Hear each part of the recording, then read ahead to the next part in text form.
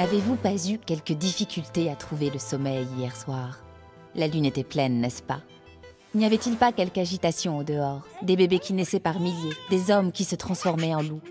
Face à l'étrangeté de son blême éclat, nos imaginaires se délient. Et nous n'hésitons pas à prêter à notre satellite toutes sortes de pouvoirs.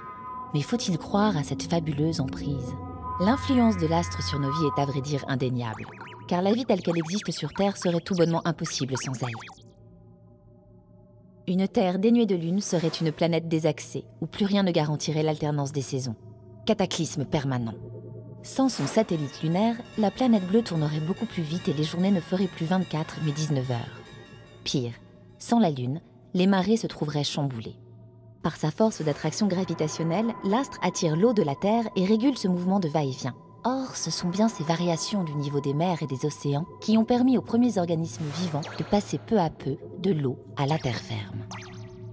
Notre compagne, située à quelques 380 000 km de nous guide également dans la nuit. Elle nous a appris à naviguer et la régularité de ses passages et des formes qu'elle prend dans le ciel a permis à l'Homo sapiens d'acquérir la notion du temps. Sous ces airs de ne pas y toucher, le ménisque de nos nuits joue donc son rôle. De là à croire que nos cheveux poussent davantage en phase montante ou qu'il vaut mieux planter et travailler le sol de nos jardins en phase descendante, les preuves scientifiques manquent, hélas. On trouve bien quelques corrélations entre les troubles du sommeil et les cycles lunaires, mais les liens sont ténus et les explications causales des plus variées. Reste pourtant un domaine où l'on est certain de son ascendant, les arts. Peinture, photo, littérature, l'astre est partout, jusque dans notre poésie.